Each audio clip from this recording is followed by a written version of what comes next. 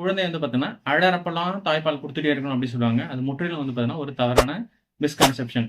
ஒரு மூட நம்பிக்கை தான். ஏன்னா, ஒரு குழந்தையோட வயிறு எடுத்துக்கிட்டீங்கன்னா, அதோட கெப்பாசிட்டியே வந்து பார்த்தீங்கன்னா, ரொம்ப கம்மி தான். இனிஷியலா இருக்கிற டேஸ்ல வந்து பார்த்தீங்கன்னா, 150 எம்எல் கூட வந்து பார்த்தீங்கன்னா, புடிக்காது. ஸோ, இப்ப என்னன்னா, அந்த குழந்தைக்கு என்னன்னா, 1/2 மணி நேரத்துக்கு ஒரு தடவ அழறப்பலாம் தாய்ப்பால் எடுத்து குடுமா அப்டின்னு சொல்லுவாங்க. அது தப்பு. ஒரு குழந்தை வந்து யூசுவலா அழறது வந்து பார்த்தீங்கன்னா, தாய்ப்பாலுக்காக மட்டும் அழாது.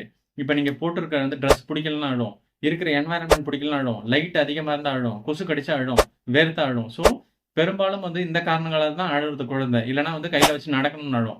உடனே அழுதாலே என்னன்னா, அம்மா கிட்ட குடுத்துருவாங்க. அந்த அம்மாவும் அப்படியே சிலை மாரி வச்சுட்டு இருப்பாங்க. இப்ப வந்து பீச் ஓரத்துல வந்து கண்ணகிக்கு சிலை வச்ச மாரி என்னன்னா, தாய்ப்பால் ஊட்டும் தாய்மார்களுக்கு சிலை வைக்கிற மாரி நிலைமை தான் இருக்கு. ஸோ, அது வந்து அந்த மாரி நம்ம குடுக்க தேவையில்ல. 2 மணி நேரத்துக்கு, 3 மணி நேரத்துக்கு ஒரு தடவ தாய்ப்பால் குடுத்தா போதுமானது. அது ஒரு மிஸ்கன்செப்ஷன். அத வந்து ஃபாலோ பண்ணாதீங்க. 2வது வந்து பார்த்தீங்கன்னா, அம்மா கீரை சாப்பிட்டாங்க. அதனால தான் குழந்தைக்கு வந்து பச்சையா மோஷன் போது. அம்மா வந்து பார்த்தீங்கன்னா, பீட்ரூட் சாப்பிட்டாங்க. அதனால தான் மோஷன் வந்து பார்த்தீங்கன்னா, ஒரு மாரி கலரா போகுது அப்படின்னு சொல்லிட்டு இருப்பாங்க. இதுவும் முற்றிலும் வந்து ஒரு தவறானது தான்.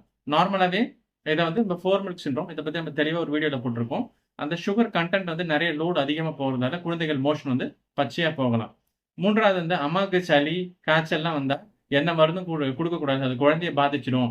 அதனால அம்மா எவ்வளோ வந்து காய்ச்சலோட இருந்தாலும் பரவால்ல. குழந்தைக்கு எதுவும் ஆகக்கூடாது அப்டின்ட்டு, இன்னைக்கும் நம்ம ஊர்ல வந்து படிச்சவங்களே இருக்காங்க.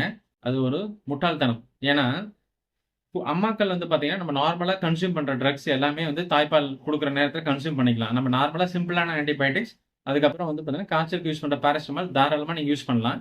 இப்ப அதுவே அந்த அம்மா கேன்சர் மருந்துகள் யூஸ் பண்றாங்க. இல்ல வந்து ஏதாவது வந்து தைராய்டு மருந்துகள் யூஸ் பண்றாங்க. இல்ல ஸ்டீராய்டு மருந்துகள் யூஸ் பண்றாங்க. ஸோ அந்த மாரியான மருந்துகள் இருந்தா தான், குழந்தைகளுக்கு வந்து தாய்ப்பால் மூலமா அதிகமாகும். நார்மலா சிம்பிளா நம்ம ரெகுலரா யூஸ் பண்ற மருந்துகள் வந்து, எதுவும் தாய்ப்பால்ல வந்து பார்த்தீங்கன்னா, அந்த அளவுக்கு பெருசா செக்ரீஷன் ஆகாது. அதனால அந்த குழந்தைகளுக்கு வந்து பார்த்தீங்கன்னா, எந்த பாதிப்பும் வராது. இதுவும் ஒரு மித்து தான். 4வதா வந்து, இப்ப குழந்தை வந்து மோஷன் வந்து போலன்னா, அது பெரிய பிரச்சனை.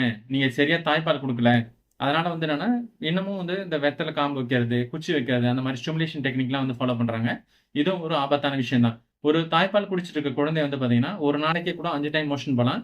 சில நேரங்கள்ல 5லேருந்து 6 நாளைக்கு 1 டைம் கூட மோஷன் போலாம். மத்தபடி அவங்க ஆரோக்கியமா இருக்கிறவங்கள பார்க்குற ஒழிய, அவங்களுக்கு வந்து அந்த மாரியான குச்சி வைக்கிறதோ, வெத்தல வைக்கிறதோ, அந்த எதுவுமே பண்ணக்கூடாது. இதுவும் ஒரு மிஸ்கன்செப்ஷன் தான்.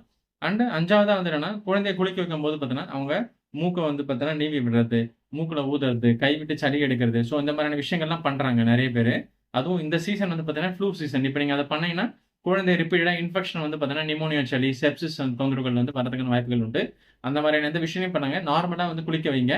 இந்த மாரியான மிஸ் வந்து நீங்க இன்னும் ஃபாலோ பண்ணிட்டீங்கன்னா, தயவுசெய்து வந்து குழந்தை மருத்துவர்கிட்ட ஆலோசனை பெற்று வந்து பார்த்தீங்கன்னா, அத வந்து தீர்த்துக்குங்க. மீண்டும் ஒரு சந்திக்கிறேன். Until then bye from doctor